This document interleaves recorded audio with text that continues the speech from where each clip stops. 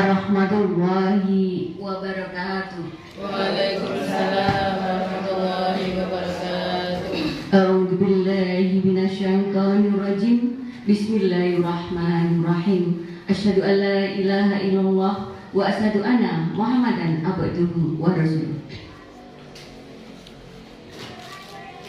Yang terhormat Ketua Gugus 4 yang kami hormati dan kami banggakan, Bunda Anggun selaku narasumber calon guru penggerak Gugus 4. Yang kami hormati dan kami banggakan, Kepala TK se-Gugus 4 serta rekan-rekan guru anggota Gugus 4 yang berbahagia. Acara yang pertama pembukaan, acara yang kedua menyanyikan lagu Indonesia Raya, disusul dengan sambutan tuan rumah. Acara yang kelima, sambutan Ketua Gugus 4.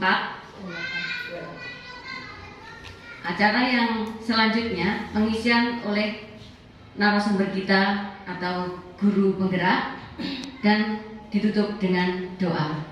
Demikianlah serangkaian acara demi acara pada kesempatan hari ini. Untuk mengawali serangkaian acara demi acara, marilah kita buka bersama-sama dengan bacaan umur kitab. Al-Fatihah.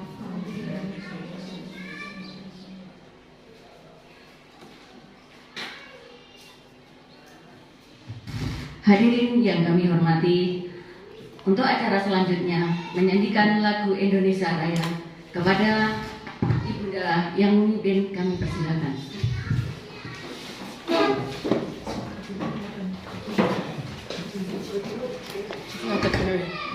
Pada hadirin untuk dipersilakan berdiri.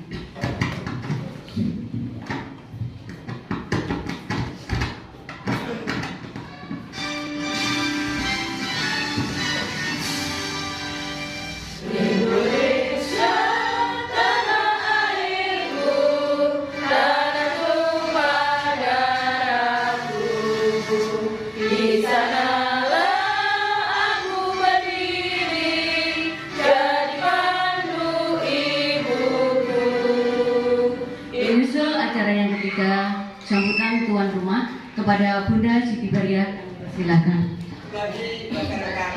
Waalaikumsalam warahmatullahi wabarakatuh. Yang kami hormati Ibu Ketua Gugus 4, Ibu Kepala Sekolah Gugus 4 yang kami hormati, dan teman-teman semua guru-guru anggota Gugus 4 yang kami sayangi. Pertama-tama marilah kita panjatkan rasa syukur kehadiran Ilahi Robbi, karena limpahan rahmatnya semata kita semua dapat berkumpul di TK kami dalam keadaan sehat walafiat. Hadirin yang kami hormati, untuk acara selanjutnya sambutan Ketua Gugus 4 kepada yang terhormat Bunda Nurul, kami persilakan. Bismillahirrahmanirrahim.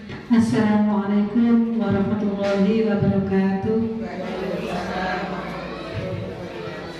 Yang terhormat narasumber calon guru penggerak dari TK PGRI 4 Donomulyo, Ibu Mega Diah Anggun Damayanti. Yang saya hormati Kepala Sekolah, Bapak Ibu Kepala Sekolah anggota Gugus 4 TK Kecamatan Donomulyo serta rekan-rekan guru anggota Gugus 4 Kecamatan Donomulyo yang saya banggakan.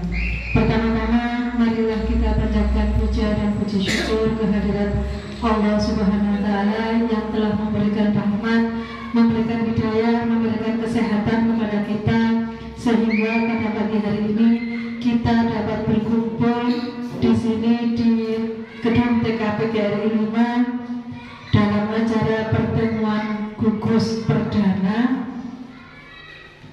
yang diselenggarakan secara mendadak.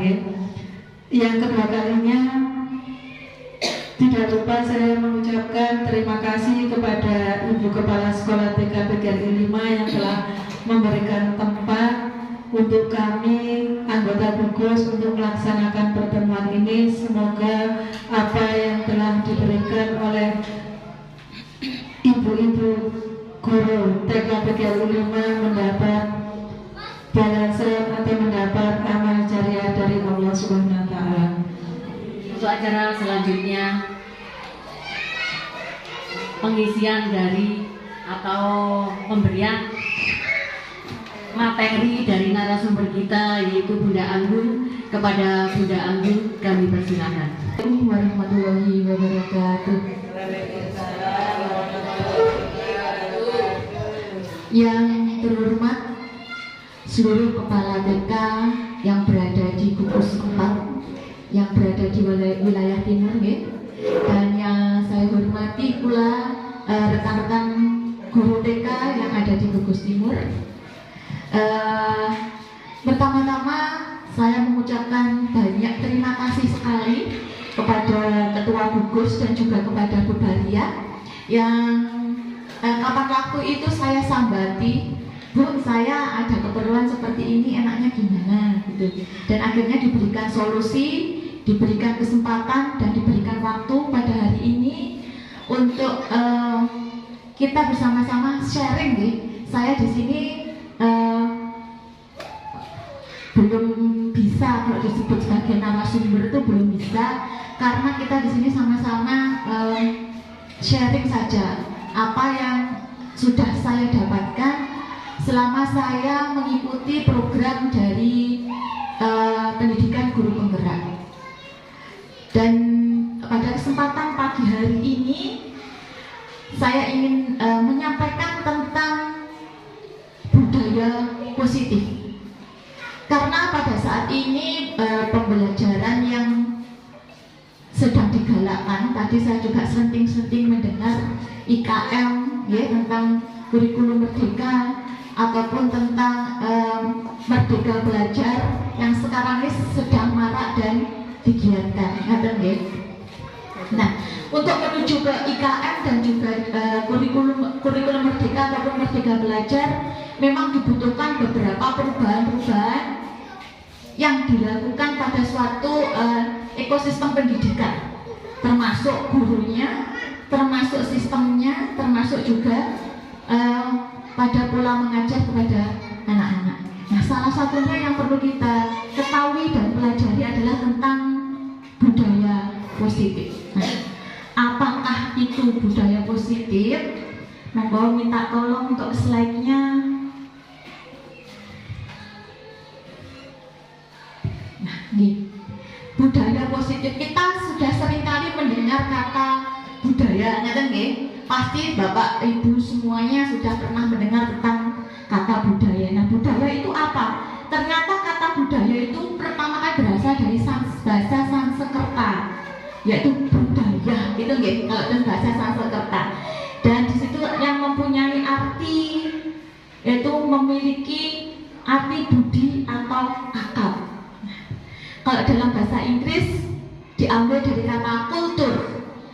Kalau di bahasa Latin dari colore, yang memiliki arti mengolah atau mengerjakan.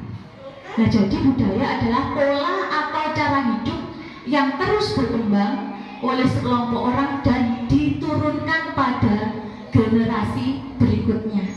Jadi kuncinya adalah diturunkan pada generasi berikutnya. Jadi budaya itu diwariskan, diturunkan. Nah, kalau sekarang kita jadi generasi yang sekarang, yang harus kita pikirkan adalah apa yang harus saya wariskan atau yang harus saya turunkan pada generasi selanjutnya. Terlebih kita sebagai seorang pendidik, jadi kita harus mempunyai warisan atau apa yang akan diturunkan itu tentunya nggih ingkang leres, ingkang sae, ngoten nggih. Mboten mungkin kita akan menurunkan suatu hal yang kurang baik untuk anak didik kita atau generasi selanjutnya. Slide selanjutnya. Nah, jadi tentang budaya positif di sekolah, apakah itu? Nah, jadi adalah nilai-nilai keyakinan dan kebiasaan-kebiasaan di sekolah yang berpihak kepada murid. Ya, kalau dulu itu sistem pendidikan kita itu berpusatnya kepada gurunya. Kalau pada tahun-tahun sekarang ini tidak bisa lagi, kalau harus berpusat kepada gurunya. Dikarenakan apa? Ya karena sekarang kemajuan teknologi itu sudah pesat. Kebanyakan kalau dari guru tidak mau mengikuti perkembangan atau mengupgrade dirinya, biasanya ketinggalan sama muridnya. Karena anak-anak sekarang itu lebih canggih. Karena memang mereka berada hidup pada masa generasi digital, atau biasanya saat ini seringkali disebut milenial, nah jadi kita sebagai pendidik juga tidak boleh ketinggalan.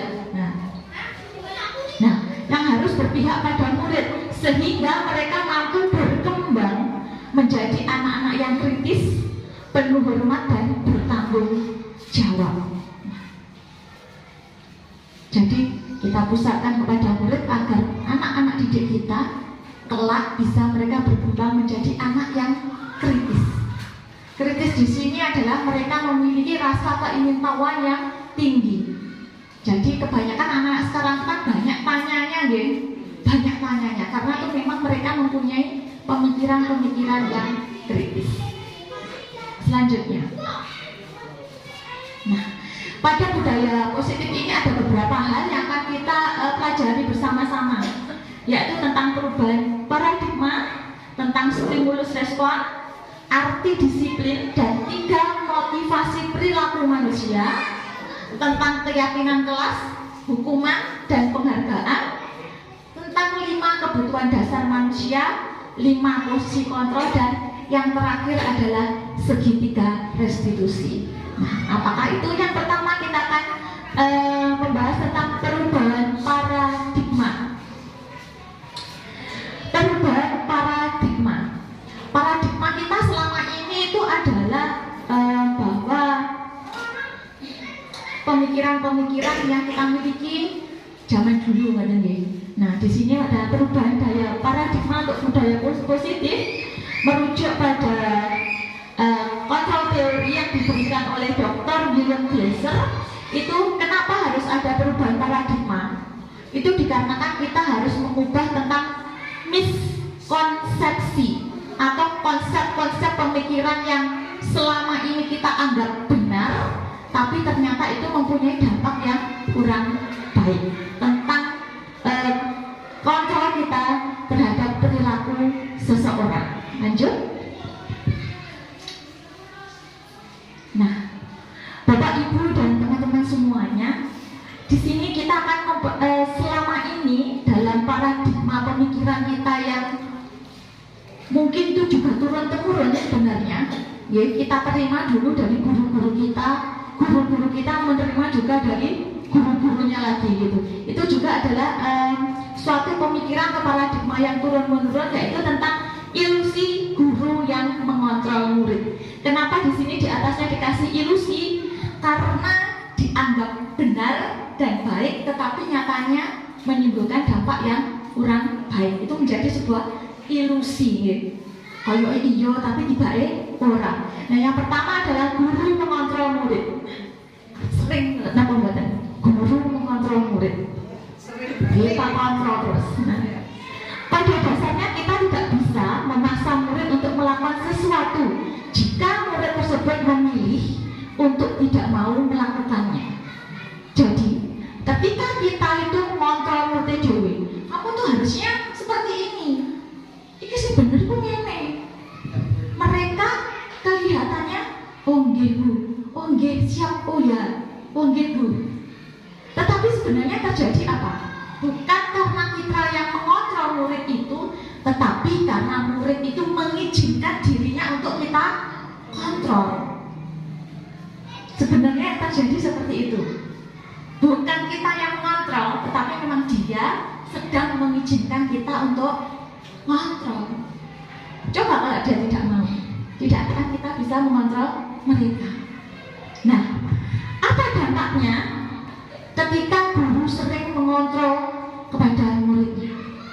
Dampaknya adalah ketika kita tidak ada, murid itu tidak akan melakukan sesuai dengan apa yang sudah kita berikan.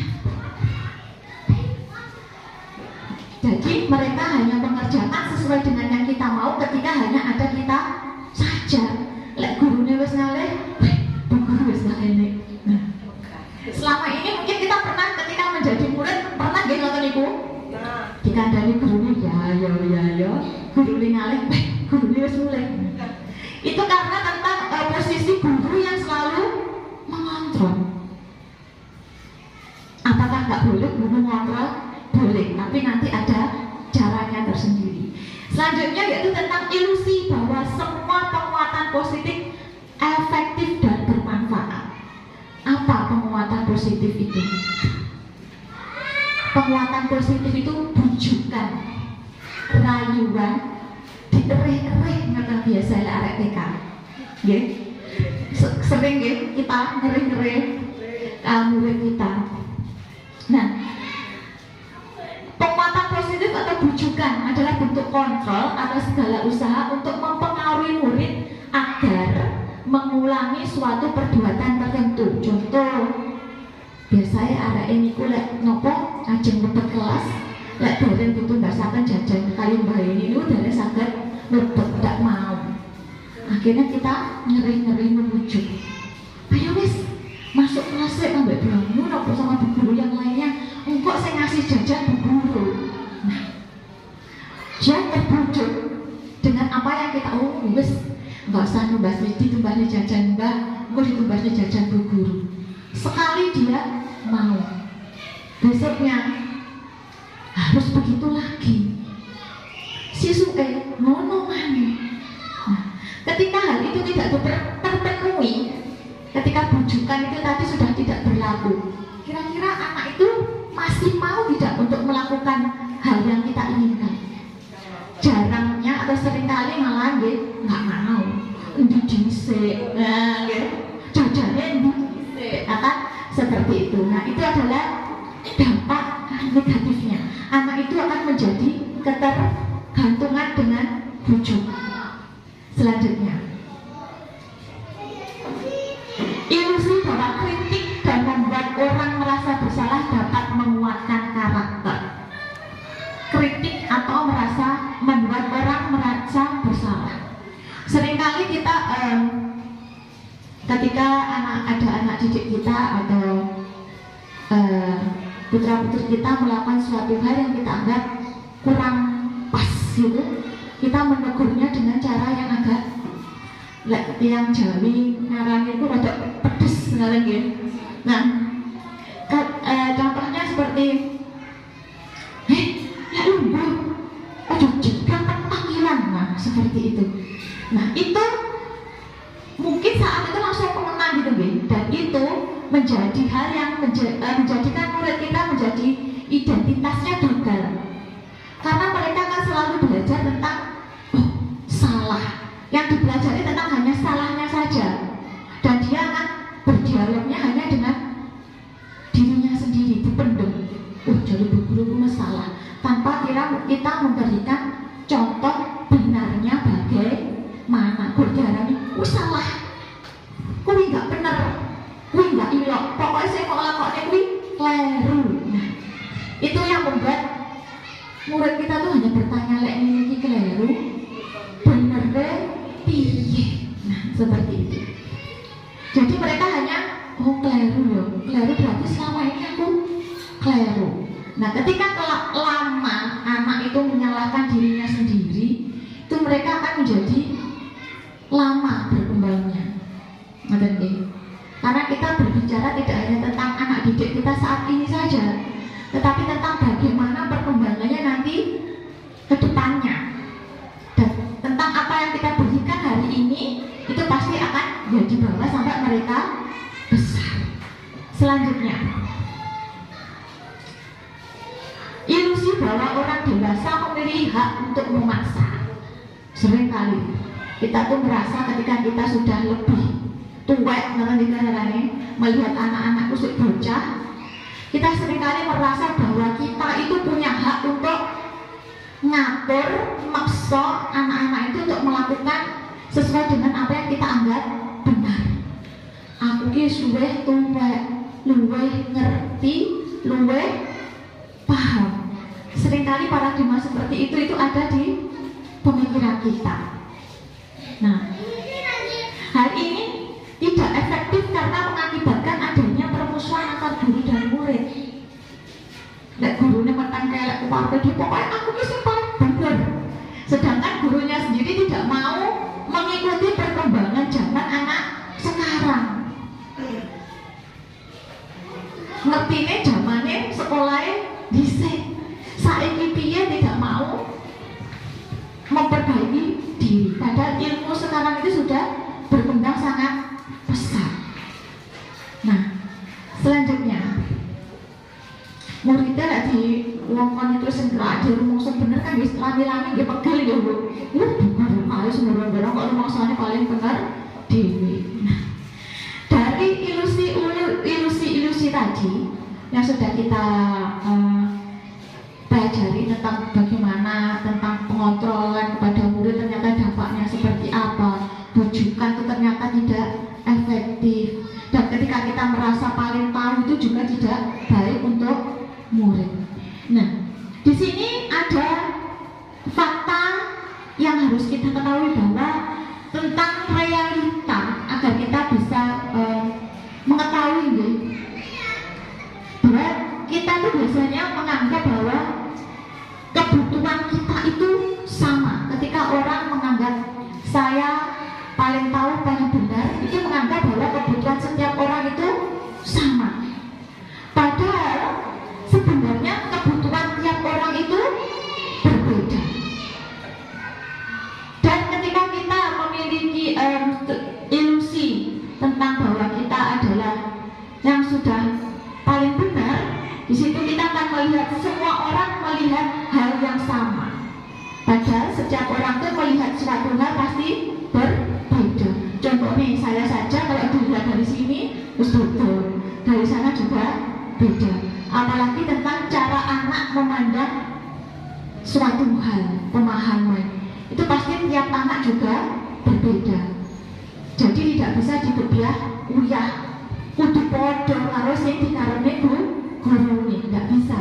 Karena setiap anak pada dasarnya memiliki kodratnya mereka sendiri-sendiri, keinginannya mereka sendiri-sendiri. Nah, bagaimana tugas kita sebagai pendidik untuk memfasilitasi sesuai dengan kebutuhan tiap anak yang berbeda. Nah, selanjutnya, kadang kita memiliki pemikiran bahwa kita mencoba merubah orang agar memiliki pandangan yang sama dengan kita. Maksud karena kita itu kudu putih kabeh. Koncone dipaksa apa kok dicat putih. Tidak bisa. Karena setiap orang itu jadi tadi memiliki pandangan dan kebutuhan yang berbeda. Sehingga kita harus lebih lagi bisa untuk berusaha memahami pandangan orang lain. Kita harus lebih bisa belajar memahami pandangan dari juga anak-anak. Nah, kalau kita juga bisa mempunyai pemahaman tentang orang lain bisa mengontrol saya. Nah, kadang ada kelemahan seorang itu orang lain bisa mengontrol saya. Nah, tapi sebenarnya adalah semua perilaku itu memiliki tujuan.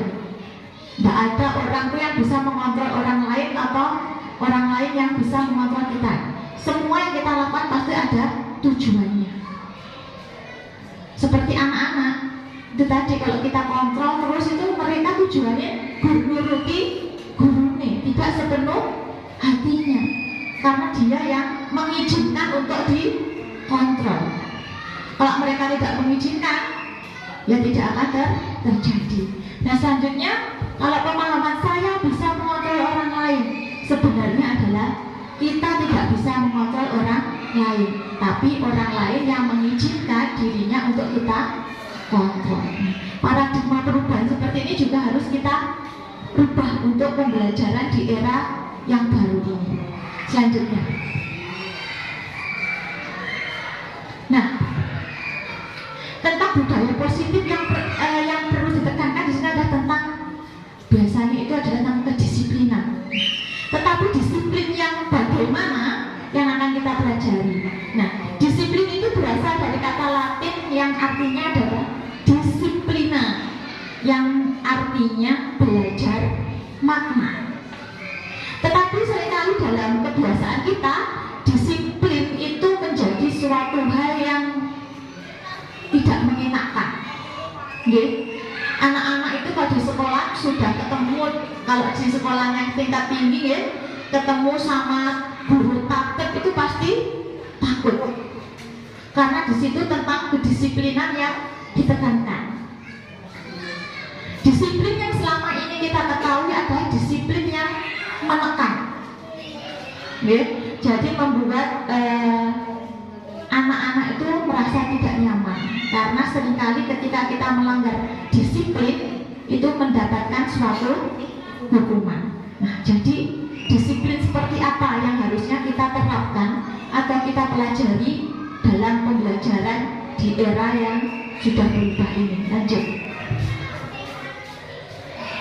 Nah, yaitu adalah tentang disiplin positif. Disiplin positif merupakan suatu cara penerapan disiplin tanpa kekerasan dan ancaman yang dalam praktiknya melibatkan komunikasi tentang perilaku yang efektif. Jadi kita belajar tentang disiplin yang positif, di mana kita menerapkan kedisiplinan tanpa harus ada kekerasan atau ancaman. Kalau selama ini yang berlaku kan seperti itu, ya. Kalau disiplin, kalau melanggar pasti dapat hukuman, pasti itu. Selama kita sekolah dulu nggak ya, terlambat 5 menit lari, terlambat masuk kelas terus ditutup pintunya nggak boleh masuk. Nah, itu seringkali yang membuat disiplin itu menjadi tidak nyaman. Padahal sebenarnya disiplin itu mendidik untuk menjadi lebih baik sebenarnya. Tetapi selama ini penerapannya yang membuat kita menjadi takut dan tidak nyaman. Nah, dalam penerapan disiplin positif, anak akan diajarkan untuk memahami konsekuensi dari perilaku mereka. Selain itu, disiplin positif juga mengajarkan anak tanggung jawab serta rasa hormat dan berinteraksi dengan lingkungan. Jadi kalau di disiplin positif itu tidak ada hukuman tapi konsekuensi. Beda apa sama hukuman dan konsekuensi? Beda. Selanjutnya,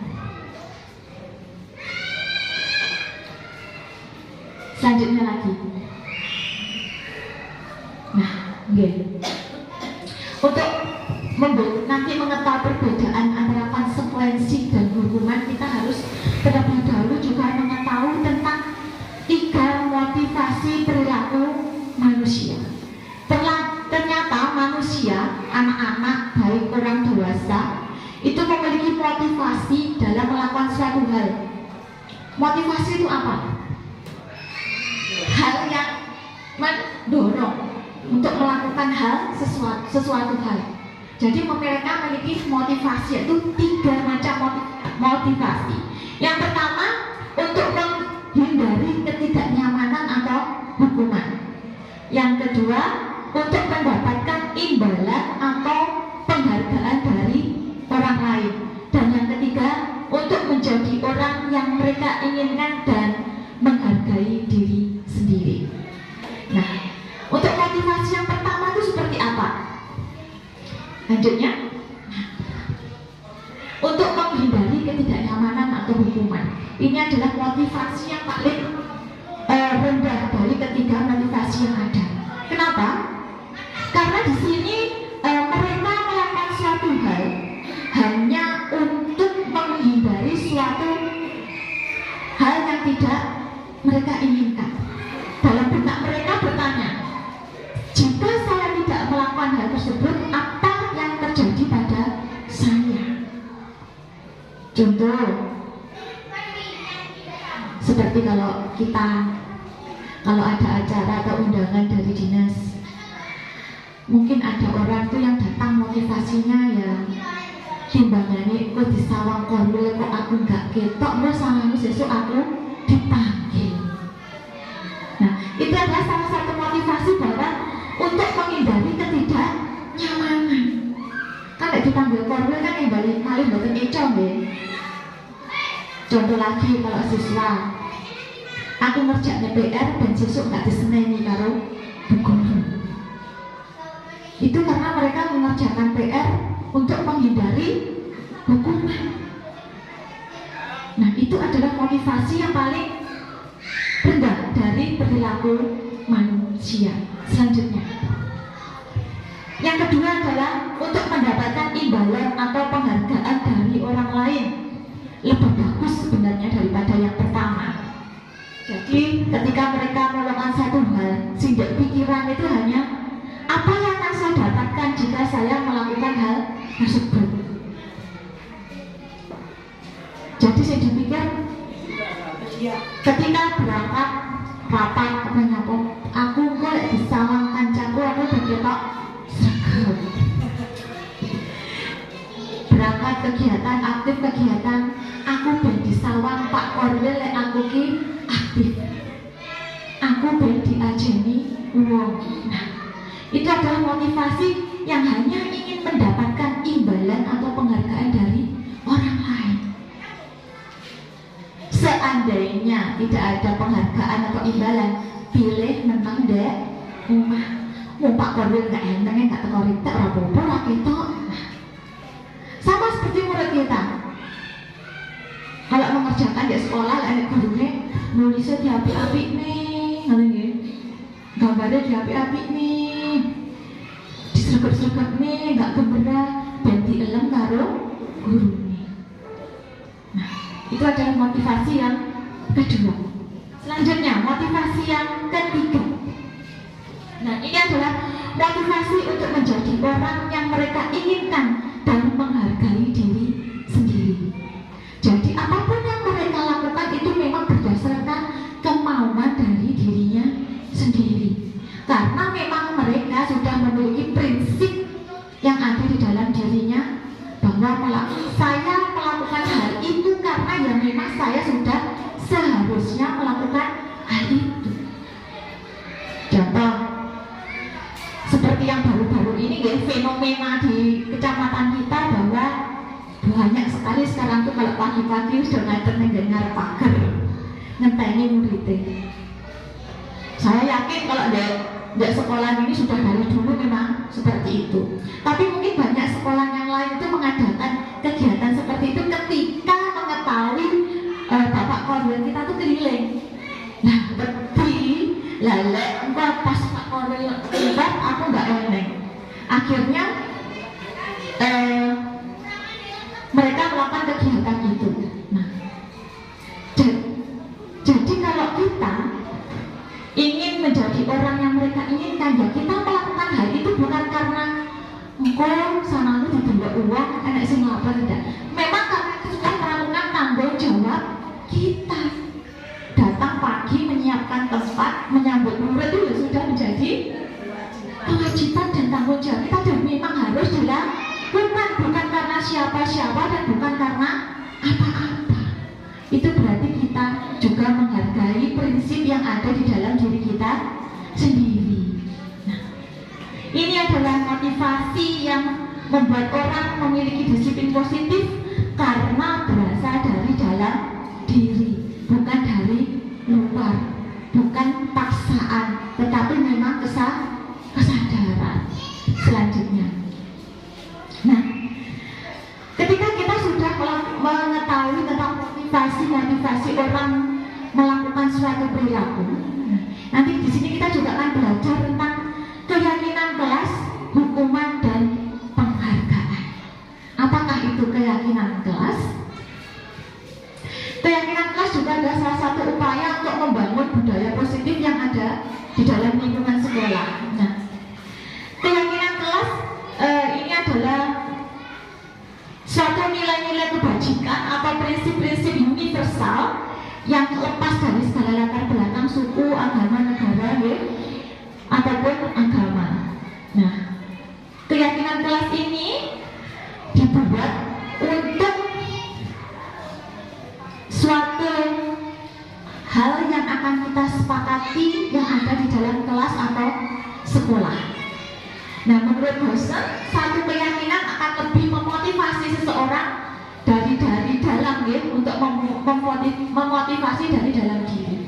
Jadi keyakinan kelas ini sebenarnya dulu juga sudah ada, tetapi namanya peraturan kelas. Kenapa sekarang kok harusnya dibikin keyakinan kelas? Bedanya di mana? Kalau peraturan itu cenderung dibuat satu arah. Yang membuat peraturan, ya wes Bu, nek kepala sekolah yang membuat satu peraturan yang harus dilakukan oleh muridnya. Tapi kalau keyakinan kelas itu dibuat berdasarkan kesepakatan antar seluruh warga sekolah, atau kalau lingkungan yang lebih kecil antar warga kelas. Jadi kita buat kesepakatan dulu, tidak baru ujuk-ujuk enek aturannya seperti ini, tidak. Karena kita sering dengar pepatah yang bilang peraturan itu dibuat untuk dilanggar. Itu sudah sering kali kita dengar, kalau peraturan dibuat untuk dilanggar. Sering kali seperti itu. Karena apa? Karena peraturan itu ya tadi hanya satu arah. Nah, satu arah kita sebenarnya mereka itu menerima atau tidak sih? Tidak. Ya, karena hanya satu arah. Tapi kalau kita buat suatu keyakinan kelas, terjadi satu kesepakatan. Kalau sudah disepakati berarti sudah sama-sama enak, sama-sama mau. Nah, kenapa harus dirubah menjadi keyakinan kelas? Lanjutnya. Nah, ini adalah langkah-langkah membuat keyakinan kelas. Yang pertama, siswa menulis keyakinan yang mereka inginkan.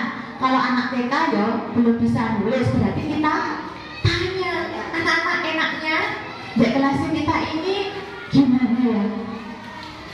Kira-kira sampai masuk ke dalam kelas itu maunya jam berapa? Pagi apa siang? Nah, kita tanyakan.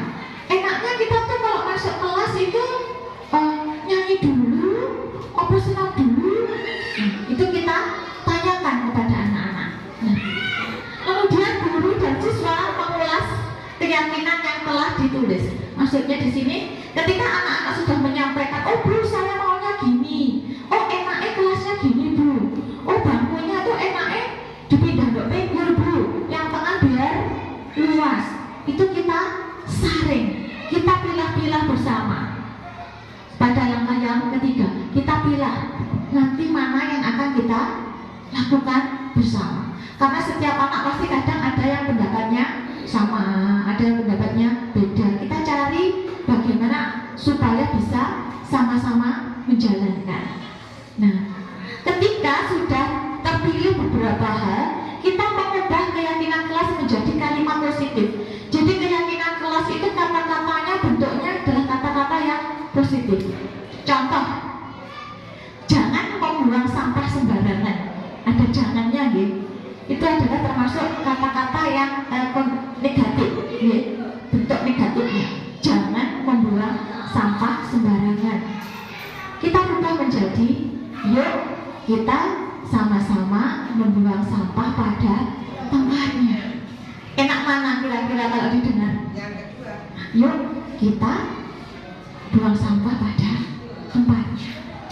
Contoh lagi, kalau seandainya jangan menaruh mainan sembarangan, kita rubah menjadi tolong dikembalikan mainannya ke tempatnya setelah bermain. Contoh lagi, jangan datang terlambat, kita rubah menjadi yuk kita datang tepat waktu. Jadi kata-katanya lebih halus dan mengarah ke hal yang positif. Karena ketika anak kebanyakan mendengar kata jangan, itu sebenarnya yang mereka dengar itu malah yang paling belakang. Jangan lompat-lompat. Kebanyakan anak-anak malah lompat-lompat, karena yang mereka dengar adalah kata yang paling belakang. Jangan nakal. Si durungokne sih nakal ae. Jangan mencubit temannya, malah udah lemen. Nah, maka dari itu kita harus punya inisiatif untuk merubah kata-kata menjadi yang lebih positif. Karena hal yang positif itu masuknya itu enak, begitu pun akan bertahan juga sampai lama. Mungkin memang efeknya tidak langsung, tetapi itu pasti akan membawa dampak kepada anak-anak ketika mereka nanti bertumbuh menjadi anak-anak yang dewasa. Nah, yang terakhir adalah belum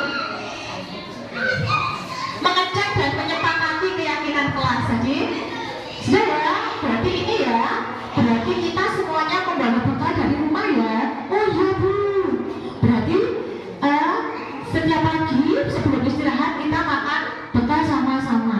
Itu adalah mengecek dan menyepakati keyakinan kelas.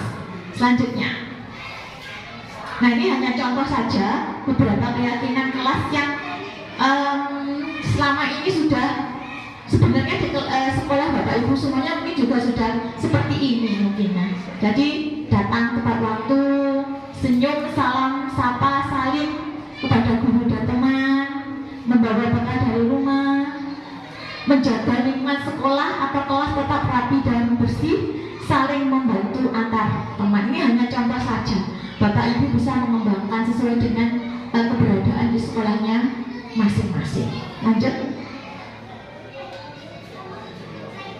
Nah ini tujuan dibuatnya keyakinan kelas. Jadi apa? Keyakinan kelas itu kok harus dibuat untuk menumbuhkan budaya positif dengan kesepakatan kelas. Dengan kesepakatan sehingga anak-anak bisa melakukan kegiatan-kegiatan tersebut secara pembiasaan sehingga anak mempunyai rasa saling menghargai, ya menghargai dirinya sendiri dan juga menghargai orang lain. Selanjutnya, nah keyakinan kelas ketika dibuat, ya karena setiap anak tadi juga memiliki motivasi dalam melakukan suatu tindakan, ya kita flashback ke belakang tadi. Seringkali itu juga anak-anak pasti ada yang tidak bisa melakukan keyakinan kelas yang kita buat bersama-sama dengan baik, ya. Nah, apa yang seharusnya kita lakukan ketika keyakinan kelas itu tidak berjalan sesuai dengan kesepakatan yang ada? Nah, seringkali kita kalau era lama, ya, kita kan mau belajar ke era yang baru, kita pasti akan memberikan hukuman tadi seperti tadi. Seringkali guru itu adanya menjadi sukanya menghukum, lek salah dihukum. Nah, hukuman itu kita akan membedakan antara hukuman dan konsekuensi tadi nanti tujuannya. Nah, hukuman itu sifatnya adalah tiba-tiba dan tanpa rencana. Nah, terjadi hanya satu arah. Guru memberikan hukuman pada murid dan murid menerimanya. Lek guru hukum, muridnya pasti melakukannya. Nah, hukuman itu sebenarnya tidak hanya berupa fisik saja, sing disuruh lari atau disuruh apa, tetapi juga bisa berupa kata-kata. Nah, itu yang seringkali kita tidak menyadari loh, ya. Selama ini sebagai pendidik kita seringkali tidak menyadari hal itu, bahwa kata-kata kita itu sudah menyakiti hati anak didik kita. Contoh ketika anak didik kita itu nulisnya tidak bisa secepat teman yang lain, kita tuh seringkali bilang, kamu tuh senangnya mari kue dewe, wis tulisannya orang karuan. Itu sudah merupakan suatu hukuman secara verbal, secara kata-kata, dan itu sangat mancek, nonton bilang istilah yang Jawa, mancek sekali di hati. Nah, berbeda dengan sanksi atau konsekuensi. Nah, kalau hukuman itu sifatnya tiba-tiba, ujung-ujung muridnya teko telat, wes, ono ini wes rasa mlebu kelas ndek joboi. Padahal aturan itu belum dibuat kesepakatan. Tetapi kalau sanksi atau konsekuensi itu lebih bersifat terencana dan sudah disepakati. Seperti di keyakinan kelas yang sudah kita buat, seandainya ada yang dilanggar, anak-anak harus melakukan apa? Contoh, mungkin ada suatu keyakinan kelas yang kita buat membawa bekal dari rumah. Nah, ketika anak-anak tidak membawa bekal dari rumah, konsekuensinya apa? Konsekuensinya ketika mereka melihat temannya makan, jangan diganggu. Biasanya karena kalau temannya bawa makanan, anaknya nggak bawa makanan, akhirnya itu kan rewok gitu ya. Nah konsekuensinya ya duduk dulu, dia tunggu temannya selesai makan. Nah jadi itu harus disepakati dulu. Kalau belum disepakati di awal berarti namanya hukuman. Tapi kalau ketika sudah disepakati di awal, itu namanya menjadi konsekuensi. Selanjutnya, nah hukuman itu sebenarnya tidak memang kita dulu menganggapnya itu sebagai hal yang baik dilakukan untuk menjadikan anak nurut begitu guys sebenarnya. Seringkali kita juga memberikan penghargaan kepada anak ketika anak itu kita anggap nurut atau sesuai dengan kemauan kita. Dielem, diberi hadiah, disayang-sayang, gitu. Ketika kita melihat anak yang menurut kita tuh, anak itu loh cocok sampai apa sih Kak? Karena. Nah seringkali dulu kita itu menjumpai kata-kata guru kok pilih kasih. Nah itu karena seringkali kita menganggap bahwa memberikan penghargaan atau reward kepada anak itu baik, nah, tetapi ternyata di sini penghargaan maupun hukuman itu adalah merupakan cara-cara mengontrol perilaku seseorang yang menghancurkan potensi-potensi pembelajaran sesungguhnya. Ternyata itu nggak baiknya. Dihukum nggak baik, diberikan penghargaan yang berlebihan juga tidak baik. Nah, karena idealnya tindakan belajar itu sendiri yang merupakan penghargaan yang sesungguhnya. Jadi kita mengajarkan kepada anak-anak penghargaan sesungguhnya, kebaikan sesungguhnya yang kita dapatkan.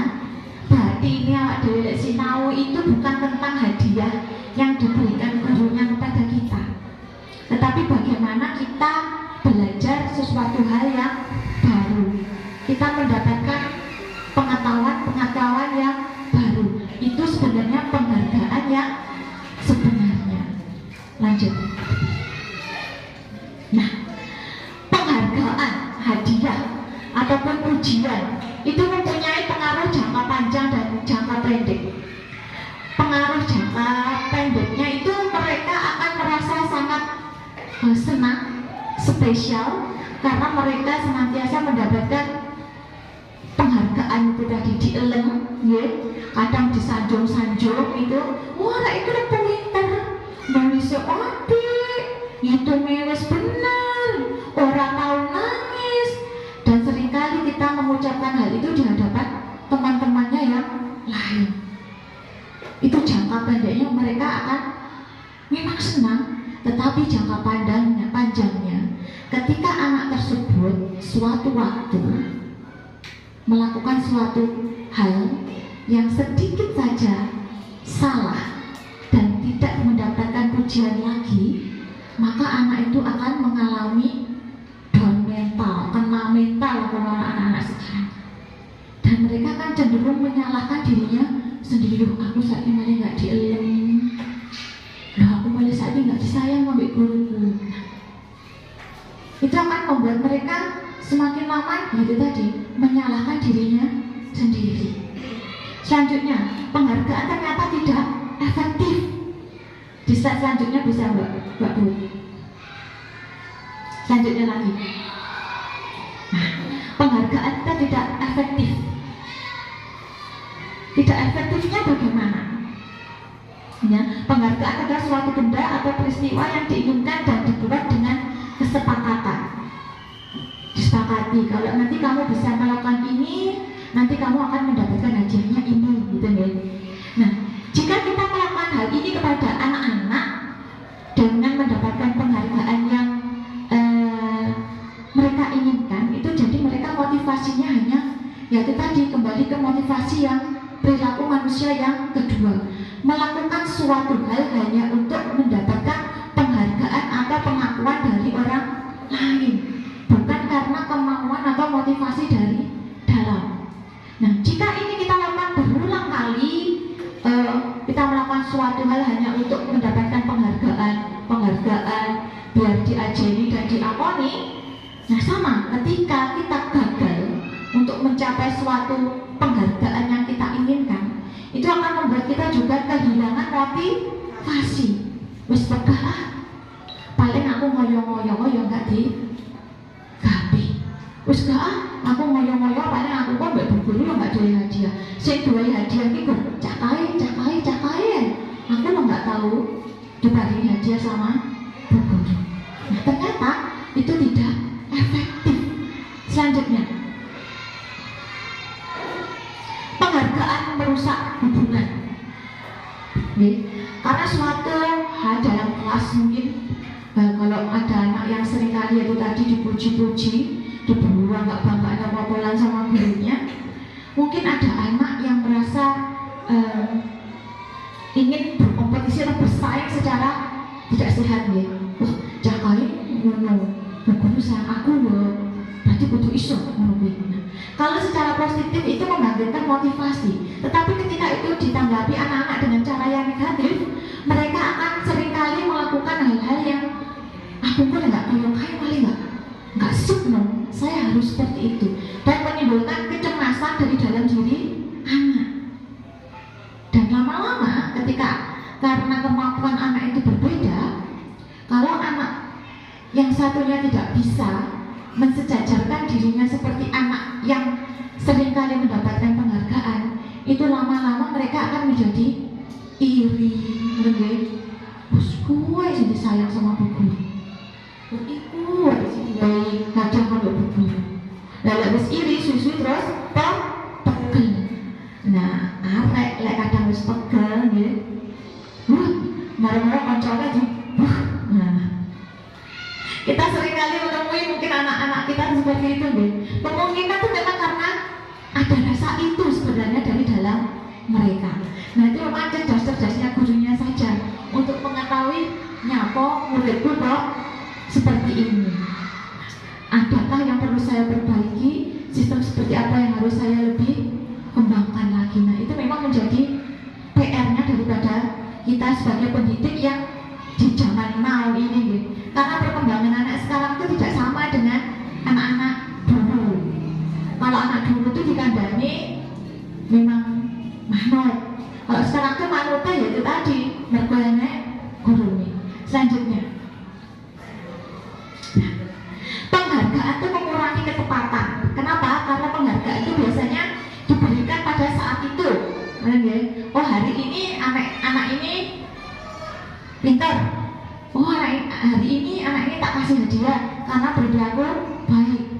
Nah seringkali kita karena sudah terfokus pada satu anak, kurang memperhatikan anak yang lain. Karena kita cenderung memakai sekulinannya sing sampai iki seperti itu biasanya. Jadi yang lain kurang kita perhatikan. Padahal sebenarnya ada anak yang punya potensi yang pada hari itu tuh sebenarnya ya baik. Tapi kita cenderung fokus pada anak yang sudah tadi sering kita sanjung, sering kita lem-lem, sering kita beri penghargaan. Jadi kadang itu tadi sering diarani gurunya pilih kasih. Selanjutnya, nah untuk menghindari hal-hal yang tersebut, kita juga harus mengetahui bahwa manusia itu memiliki 5 kebutuhan dasar dan semuanya itu harus terpenuhi. Karena jika salah satu tidak terpenuhi akan mengakibat suatu hal yang dilakukan oleh anak. Nah, yuk kita belajar apa sih 5 kebutuhan dasar manusia. Yang pertama adalah kebutuhan untuk bertahan hidup atau survival.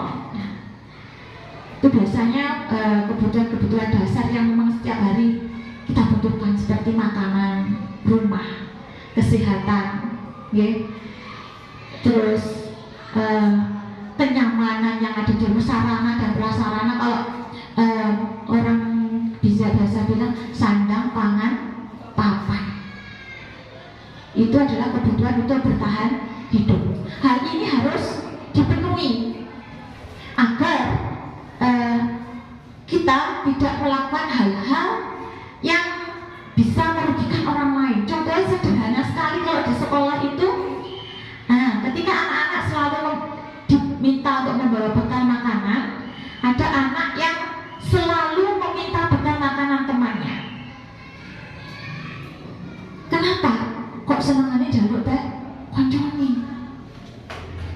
Nah ternyata anak tersebut melakukan karena dia tuh merasa lapar.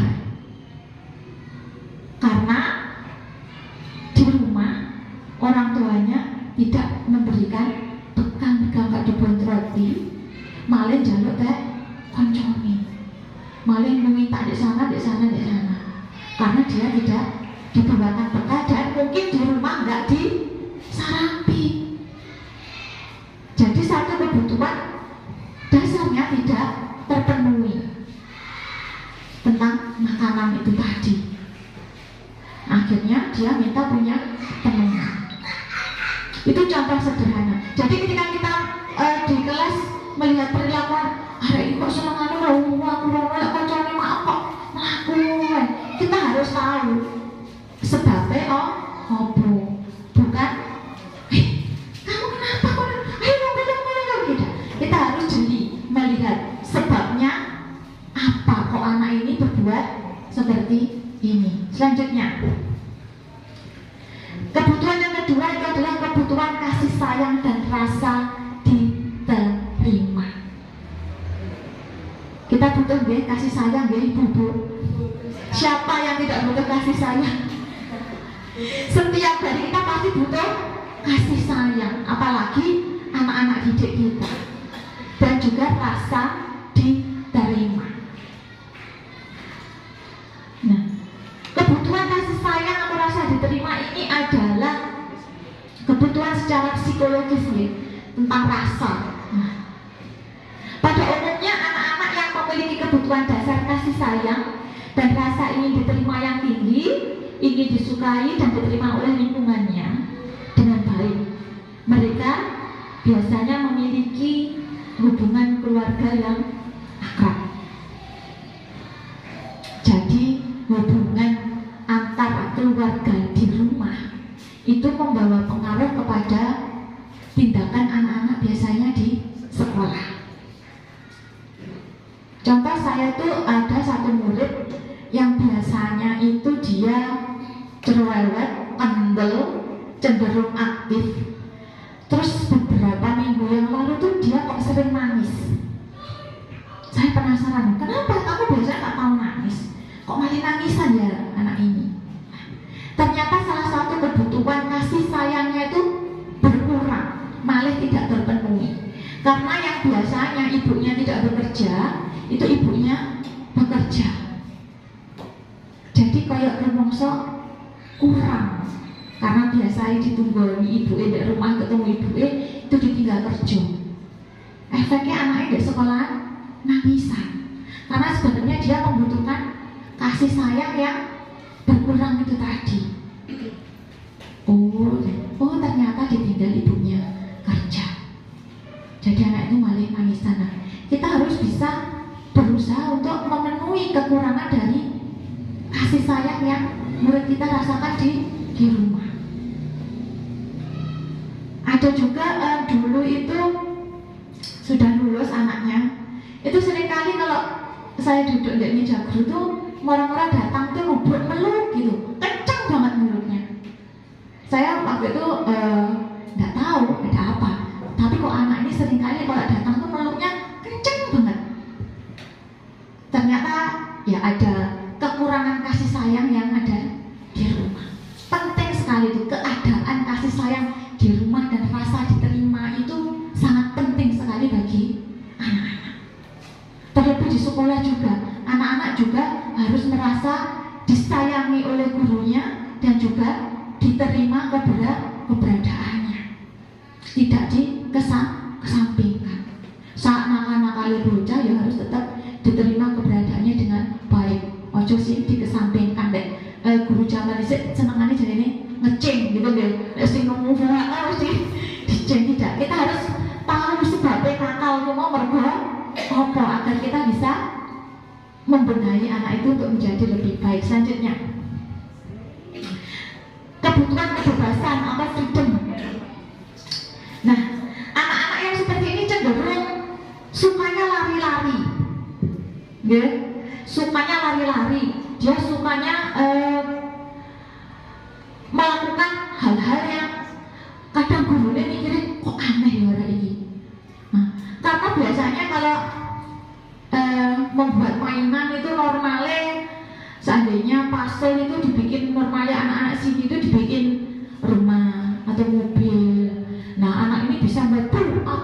saya lihat di sini dan sambil lari-lari dan sebagainya. Ini adalah anak-anak yang kebutuhan kebebasan.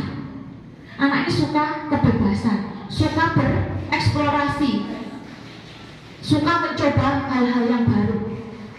Nah, di sini kalau kita menemukan anak yang seperti ini ya, kita harus memfasilitasi kalau ada anak-anak yang suka dengan kebebasan. Ayo, hari ini kamu sukanya mau main apa? Jangan kita paksakan, ayo sekarang kita ini. Gak mau bro, aku sering main. Ya gak bisa, di mana bu guru? Kita berikan dia ruang untuk mereka bisa mengembangkan dirinya. Jangan dipaksa kekeh. Kadang ada anak yang disuruh membuat tugas itu dari kertas yang biasanya kita sobek-sobek itu. Anaknya nyobain beda caranya.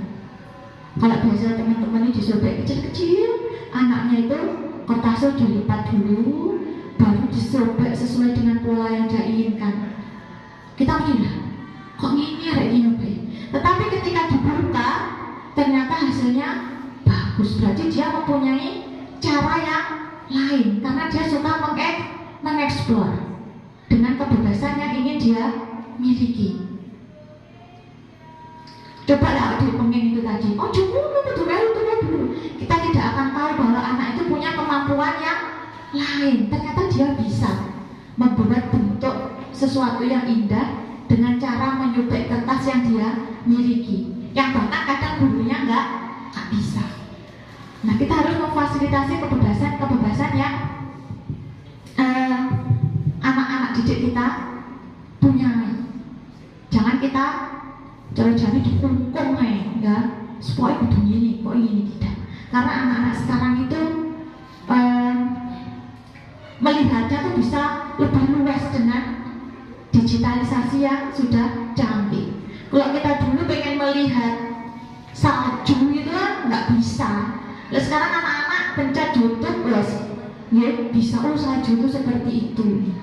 Kalau dulu kita mau melihat Monas itu aja nggak bisa. Sekarang anak-anak bisa melihat Monas tak isi-isi ini, meskipun hanya dari YouTube. Nah itu yang membuat pola pikir dan kreativitas anak zaman dulu dan sekarang itu sangat berbeda. Dan tiap dari kita harus memahami hal itu. Selanjutnya, kesenangan atau fun. Nah, anak-anak ini sering sekali usil. Anak yang seperti cenderung usil karena dia membutuhkan kesenangan. Dia bisa melihat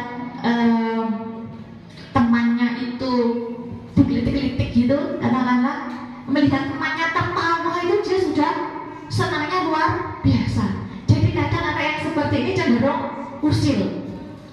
Kadang ada anak yang senang ketika melihat temannya itu menyanyi. Dia itu senang kalau lihat orang nyanyi itu senang. Dia pasti akan berusaha ambil temannya itu tadi, ayolah nyanyi. Itu untuk mencukupi rasa kebutuhan, rasa senang yang ada di dalam dirinya. Nah, kebanyakan anak-anak yang tidak tercukupi kebutuhan kesenangannya itu tadi, mereka akan melampiaskan kesenangannya itu dengan hal-hal yang negatif, ingin mencari kesenangan dengan hal-hal yang itu nakalnya itu nakal yang usil itu tadi, karena hanya untuk ingin mencukupi rasa senang yang ada di dalam dirinya.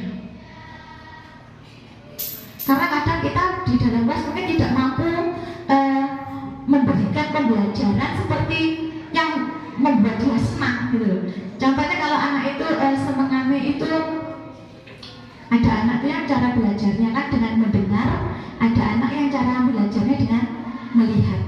Nah, mungkin salah satu contoh anak ini tuh semangatnya belajar dengan melihat. Dia senang melihat video atau langsung diberikan alat peraga yang nyata di depannya, itu dia senang. Nah, ketika hal itu mungkin kurang kita cukupi ketika pembelajaran, nah itu tadi anak itu bisa melakukan hal-hal yang usil agar senangnya itu tadi terlampiaskan. itu tadi memiliki dikoncone sumen. Karena salah satu kebutuhan yang ingin dia merasa senang itu kurang tercukupi. Tadinya malah ada usil menakil itu tadi untuk melampiaskan aku pengen senang tapi kok nggak senang ya piye caranya bisa senang aku tak memiliki dikoncoku wae. Nah ketika melihat temannya tertawa dia senang. Nah, selanjutnya dan penguasaan atau power. Jadi meskipun anak-anak mereka itu juga membutuhkan kebutuhan penguasaan atau power. Anak-anak yang memiliki kebutuhan dasar akan penguasaan ini selalu biasanya ingin menjadi pemimpin. Mereka juga biasanya rapi dan sistematik. Kadang kita menemui ada anak itu yang semangatnya ngongkoni kancane. Ayo, dolanan niru aku. Mana tahu kok yo? Aku masih ning arep dhewe. Ada. Mungkin kita juga menemui anak yang meskipun dia belum selesai mengerjakan, tapi semua terhadap kancane. Tak mungkin. Itu adalah salah satu contoh anak yang memiliki kebutuhan penguasaan. Jadi dia ingin merasa lebih depan menguasai teman-temannya. Anak yang seperti ini cenderung di rumah biasanya itu dia kurang mendapatkan pengakuan dari orang tuanya. Biasanya kan kalau mungkin punya saudara lebih dari satu, kadang tuh ada anak yang kalau mungkin adik udah manut karo masih opo-opo ki kaya masih, atau mungkin kamu itu lebih besar, kamu harus memberikan contoh yang baik pada adik-adiknya. Nah, seperti itu kadang menumbuhkan rasa anak-anak itu kurang diberikan penguasaan di rumah, kurang mendapatkan tempat. Aku pengen anak nomor loro opo-opo kudu manut karo masku. Aku pengen anak barep opo-opo kudu tak bagi karo adikku. Nah, itu mempengaruhi perilaku anak karena penguasaan atau kekuasaan powernya di rumah itu tidak terpenuhi. Dia akan melampiaskan itu di sekolah biasanya. Itu seringkali anak-anak wabih koncone kan mau manut sampai dari kabeh. Ya orang manut kamus doang, orang manut sampai aku. Nah, biasanya kalau di kelas yang lebih tinggi itu akan timbul suatu geng-gengan.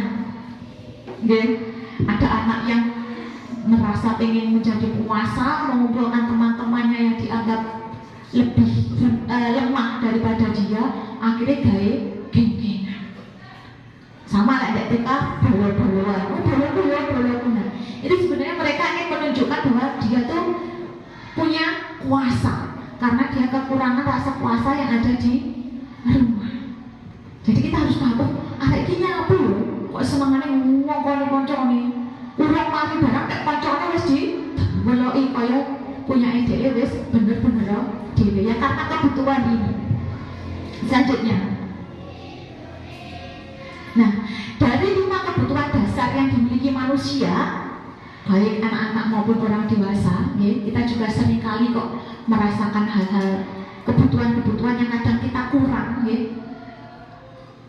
kurang kasih sayang, akhirnya lihat delok TV gampang baper. Orang kalau kurang kasih sayang lihat drama itu bisa ikut kayak dramanya kayak serontok gitu.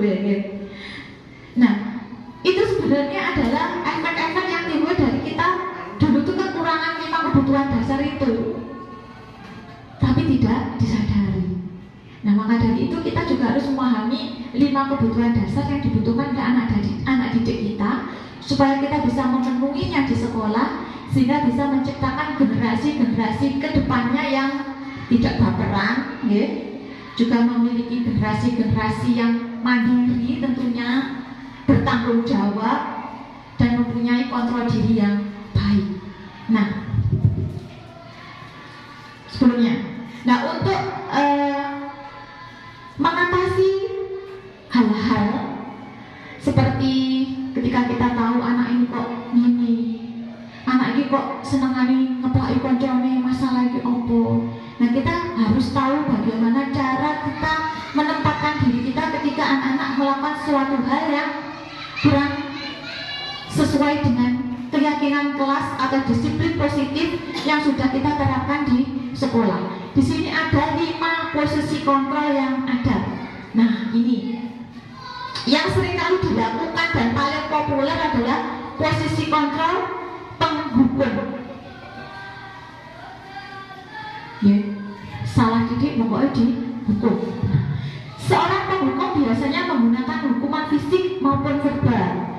Orang-orang yang menjalankan posisi penghukum senantiasa mengatakan bahwa sekolah memerlukan sistem atau alat yang dapat lebih menekan murid-murid lebih dalam lagi. Jadi alasannya ini wis aturannya sekolah lagi yo, ini ki.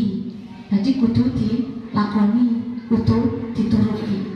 Kita melupakan tentang keyakinan kelas yang sudah dibuat. Nah, guru-guru yang menerapkan posisi kontrol penghukum ini merasa bahwa segala masalah itu ya harus diselesaikan dengan cara dia. Kalau jorokku, nah gitu. Nah, ciri-ciri penghukum itu biasanya apa? Mereka tuh sering sekali mengatakan ini, patuh aturan saya, kalau tidak awas ya. Sering menyalahkan juga, kamu itu seneng wis keliru ya, nggak tahu nurut. Nah, itu adalah kata-kata menghukum secara verbal. Nah, konsekuensinya apa? Ketika kita sering sekali memberikan hukuman atau kita sering mengambil posisi kita sebagai mengontrol murid dengan cara menghukum, yaitu adalah mengakibatkan murid itu sebenarnya punya rasa marah dan dendam kepada kita. Murid itu tidak dihukum itu mesti pegel. Kayaknya murid dihukum itu senang, mesti pegel. Makanya dari dulu itu pasti ada satu guru yang paling dibenci oleh siswanya itu ada, pasti. Nah, mau seperti itukah kita? Apakah kita ingin menjadi guru yang ketika anak kita sudah dewasa keinginannya karo dhewe iku mergo kita sering menghukum kalau buka di senengane nyeneni aku. Apakah kita ingin dikenang murid kita itu seperti itu? Kan jelasnya nggih mboten nggih. Jadi ini posisi kontrol penghukum, efeknya akan seperti itu. Nah, anak yang sering dihukum itu biasanya cenderungnya tidak akan berubah menjadi lebih baik kok sebenarnya. Tetapi malah seringkali mereka melakukan perlawanan dan menunjukkan bahwa saya malah lebih bisa daripada itu. Nah, ini karena biasanya, nah ini contohnya, bisa jadi siswanya tuh ketika dimarahi oleh gurunya bisa duduk, tetapi dia malah akan mencoret-coret bukunya sebagai pelampiasan pegel. Suara-suara bukunya dibuka, soalnya remana ini guru ini buatan mantun, wanginya murid-murid buku ini. Itu masih dilampiaskan ke buku, lalu sampai dilampiaskan nang koncone. Nah, itu yang tidak kita inginkan. Selanjutnya, nah ini contohnya, bentar. Nah ini ciri-ciri ini guru yang suka menghukum murid nih. Nada suaranya tinggi, bahasa tubuhnya biasanya melotot, malang kerik, dan kalau senengannya dupeng. Itu adalah ciri-ciri guru yang senengannya nghukum murid. Kalau ngomong orang gitu ya. Nah, selanjutnya ada lagi posisi kontrol, itu membuat merasa bersalah. Ada posisi kontrol yang seperti ini. Kalau menghukum tadi kan pokoknya kamu harus nurut dengan saya. Cara kita mengendalikan murid kita dengan cara kamu pokoknya butuh nurut. Kalau ini berbeda, membuat merasa bersalah. Jadi kita itu membuat murid kita ketika melakukan suatu kesalahan itu malah dibuat kalau semakin suwalan. Contohnya seperti ini. Ada murid yang di sekolah itu senangannya melakukan sekolah nulis angel semua harus aku bu semua. Nah kita menegurnya seperti ini, Dek, lek sampe nggak gelem nulis menungui, apa sampe nggak mesaknya bapak ibu lo nyekolahnya sampeyan dari wangi nyambut gawe awan isuk sore bengi sampeyan melayani sekolah nggak gelem nulis. Nah, itu akan membuat anak ubah, ya ampun. Lah kok aku kok tadi bocah kok ora bone? Nggak mikirnya bapak ibuku. Bah, menjadi dia merasa sangat bersalah, nelongso. Nah, ada lagi contoh seperti ini. Mungkin kalau dia merusak mainan kasarnya. Padahal dia tadi sudah nemu, saya mau mainan ini ya. Terus ternyata mainannya rusak. Terus kita bilangnya gini, ya sampai nunggu lah malah berguru malah gelo atau lah mainannya sampai rusak nunggu. Terus piye jajal wis rusak nunggu. Nah, kata-kata kita harus sebenarnya tidak membentak, tetapi hal itu sebenarnya sangat melukai perasaan anaknya malah nelongso. Yo, iki koyo ngene iki mergo aku, mergo salahku. Yo, dolanan iku mau pecah mergo aku. Nah, ini dampaknya akan lama. Ketika kita anak itu kelak dewasa, ketika terbiasa dengan sistem kontrol yang seperti ini, jika ada apa-apa, suatu hal masa itu salah dia rumah sana ya dia tetap yang salah. Nah, ketika anak sudah takut melakukan hal yang salah, itu otomatis dia tidak akan berkembang menjadi anak yang kreatif. Nggak mau dia mencoba hal-hal yang baru. Yang tadi salah, selalu salah, mulai salah terus piye. Nah, hanya rasa salah di dalam diri itu tadi. Anak koncone tiba kesandung, pada nggak kesandung kasarane nggih. Tiba ning ngarepe, ya dhek rumah sane dheweke sing gawe koncone tiba, padahal tidak. Nah, ini efeknya ketika anak kita kelak menjadi seorang pemimpin kasarane, yaitu susah untuk menemukan keputusan-keputusan yang baru atau bijak karena dia akan selalu ketakutan dengan rasa salah. Terus kadung jantung pokoknya sembarang ini mergo salahku. Itu halus katanya, tetapi membahayakan. Selanjutnya, ini konsekuensi dari yang tadi. Selanjutnya, nah ada lagi posisi kontrol sebagai teman. Untuk mengendalikan perilaku anak didik kita, seringkali kita menempatkan diri kita sebagai teman, ataupun untuk mampu mengontrol perilaku teman kita di lingkungan rumah ataupun sekolah, kita menganggap dan mendekatkan diri kita sebagai teman. Pada posisi ini tidak akan menyakiti murid, namun kita tetap berupaya mengontrol melalui pendekatan persuasif. Tadi yowis kaya koncone, kaya peleke. Aku coba-coba ambek bu guru kaya bestie. Nah, gitu saat ini bestieku. Nah, bagus sebenarnya hal ini ketika kita mampu menjadi teman bagi anak didik kita. Tetapi perlu diketahui hal ini juga mempunyai dampak yang negatif. Karena ketika anak tersebut mengetahui namanya manusia punya kelemahan dan punya kekurangan, ibu mengetahui salah satu kelemahan dari gurunya kasarannya, dia mengetahui buku ini tiba-tiba nggak kaya saya tak pikir, nggak sama dengan yang saya harapkan. Anak itu akan menjadi kecewa dengan gurunya yang sudah dianggap sebagai teman. Mungkin kasarannya di sekolah dia melakukan suatu kesalahan. Sebagai teman kita pasti wis gak apa-apa wis, engko tak iwangi bener nih. Tapi di sisi lain kita biasanya kan diskusi dan melaporkan hal tersebut kepada kedua orang tua mereka. Nah, ketika anak itu mengetahui kita wadul, nah wong tuane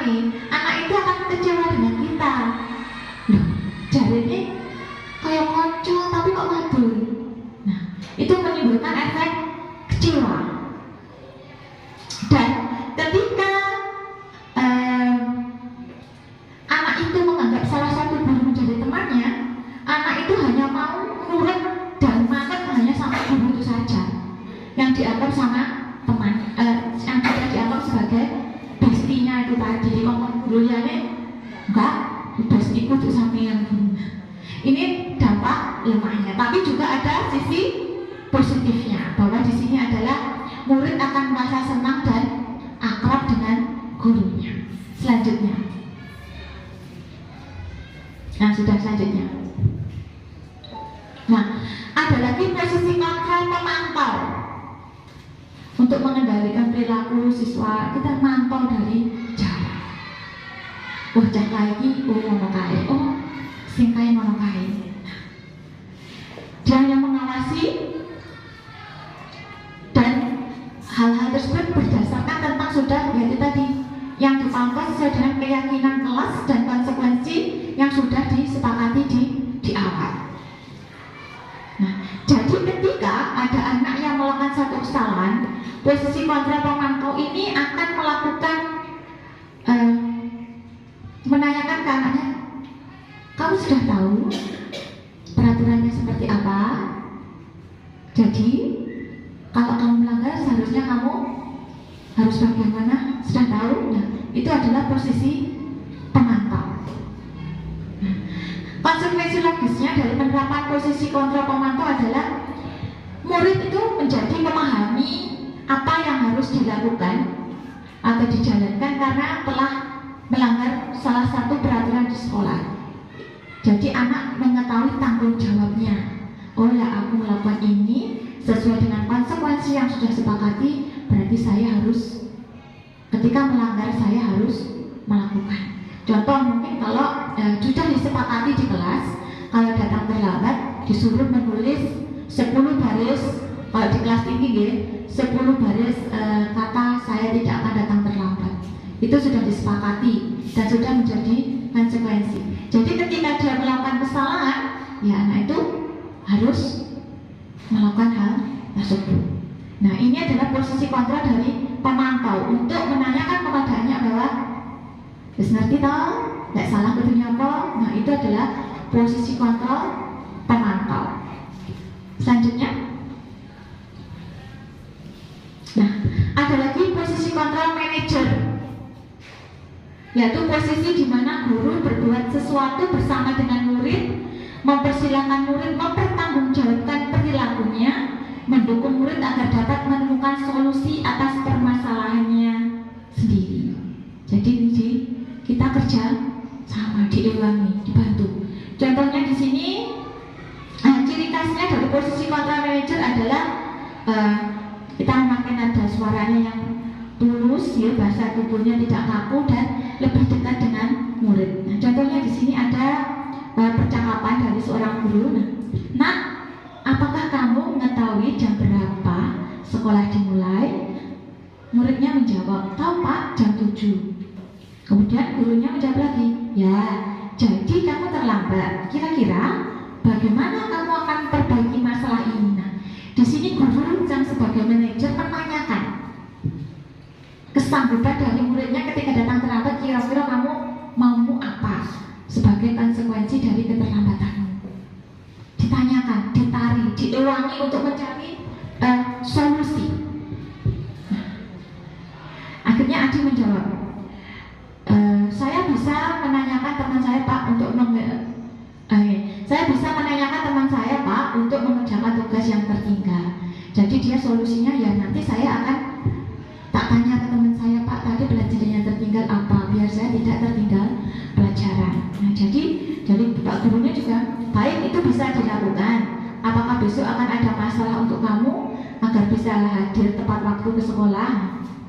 Kira-kira besok kamu akan mengulanginya lagi benda? Apa karena kamu datang ke sekolah itu ada masalah apa sebenarnya? Nah, dari manajer ini juga ingin tahu anak itu terlambat gono-gononya ngomong, apakah tadi bane bocor gitu kan, tidak tahu apa kenapa. Nah, akhirnya Adi pun itu menjadi, tidak Pak, besok saya akan hadir tepat waktu. Dan gurunya, baik, saya akan hargai usahamu untuk memperbaiki diri. Jadi di sini guru menawarkan kepada anak solusi dari masalah atau pelanggarannya itu apa? Penake piye wis saiki, karepe sampe piye. Seperti itu. Selanjutnya, nah, dari berbagai macam posisi kontrol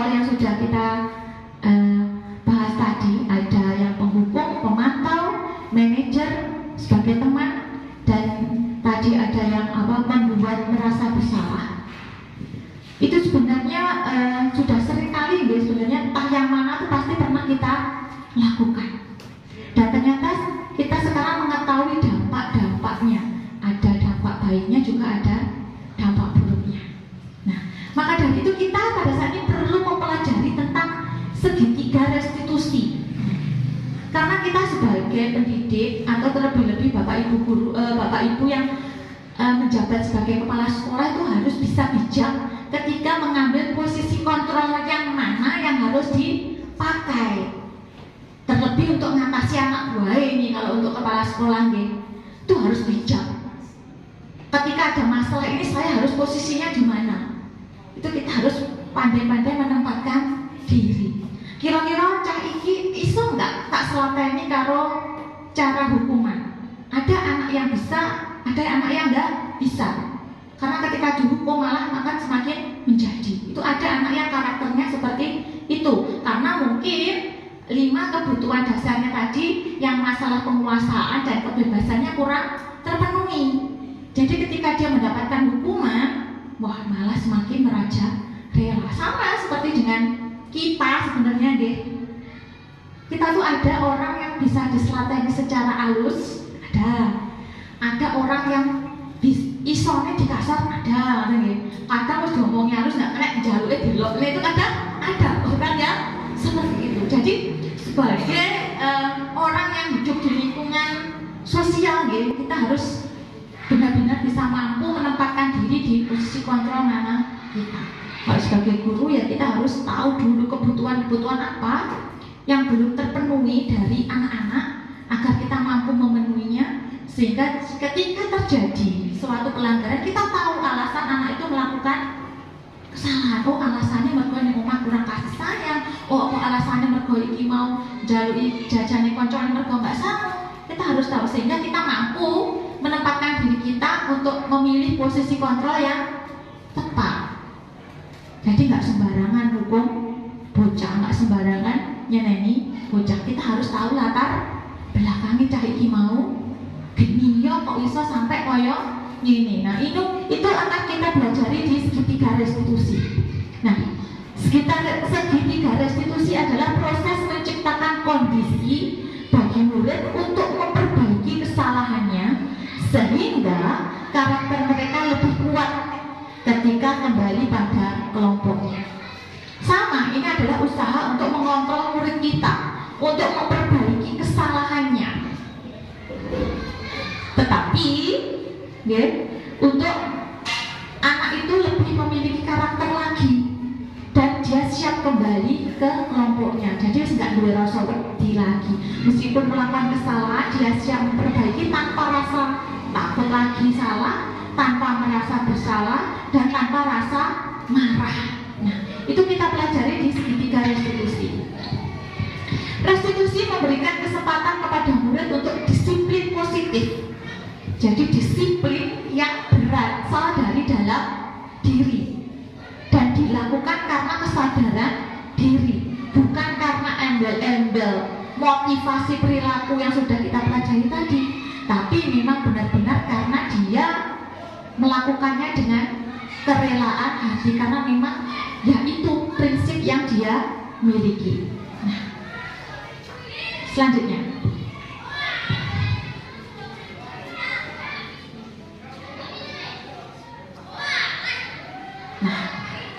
jadi pada segitiga restitusi itu ada 3 langkah yang harus kita kenal ketika kita menyelesaikan suatu permasalahan yang ada pada anak.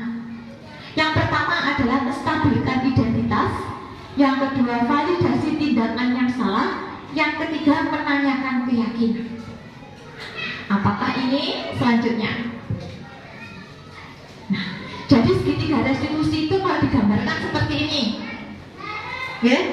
Nah, segitiga restitusi memiliki 3 langkah. Itu yang pertama, menstabilkan identitas. Di sini gimana sih? Apa sih menstabilkan identitas itu? Nah, di situ kan setiap orang itu, jadi guru menenangkan kepada siswanya yang melakukan suatu kesalahan. Contoh, si A gelut sama si B, jodoh-jodohan, jombak-jombokan, sampai kancing bajunya temennya itu copot. Nah akhirnya yang kancing bajunya copot lari waktu ke gurunya. Bu, aku mau ditukariku bu, sampai bajuku copot kancing bajunya. Terus yang nukari ya lari. Iya bu, aku cari pegel nggak ada ibu aja nakal ya tak gendut aja. Nah di sini ketika menstabilkan identitas, yang pertama itu yang perlu kita lakukan adalah menenangkan anak itu dulu. Ditenangkan di sini. Oke, wes, oke, iya, pegel ya tak apa. Setiap orang yang pegel bangun ya tahu pegel. Saya pegel lagi di dalam sisi. Kenapa kok bisa pegel? Ayo, kita harus sisi. Nah, kita menenangkan dengan seolah kita juga sama kok. Kamu juga pernah kok pegel sama seperti yang kamu rasakan. Ditenangin dulu. Ojo marah. Enggak, wah malah udah mesum. Kita tenangkan dulu, distabilkan dulu emosinya. Nah setelah itu kita selanjutnya Mbak, ini gambarannya seperti ini, keterangannya. Nah ini stabilkan identitas ya. Selanjutnya tahap yang kedua adalah memvalidasi tindakan yang salah. Nah setelah anak itu tadi wis tenang, oke wes pegel sedang. Kita tanya ke anak yang tadi. Kita terlebih dahulu memahami kebutuhan dasar yang mendasari tindakan murid kita. Nah, menurut teori kontrol, semua tindakan pasti memiliki tujuan dan alasannya, baik atau buruknya. Kita tanyakan, sampe mau lho, kok iso gendut kan cari mau pegelmu goro-goro? Apa? Kita tanyakan. Lah aku lah belum mau ngerebut dolananku. Loh, dolanannya kan akeh. Kok iso rebutannya apa? Lah aku pokoknya pengen sing iku. Terus sampe mau gak mau pinjem nang temanmu. Ya enggak, aku ya pengen kok mainan sing kuwi. Itu kita memvalidasi tindakan yang salah. Apa yang sebenarnya mendasari anak itu tadi kok sampai belum? Apa penyebabnya? Kita tanyakan. Selanjutnya, setelah kita sudah menenangkan anak dan mengetahui alasan anak itu melakukan suatu kesalahan, selanjutnya, nah kita menanyakan lagi keyakinan kelas yang sudah kita buat.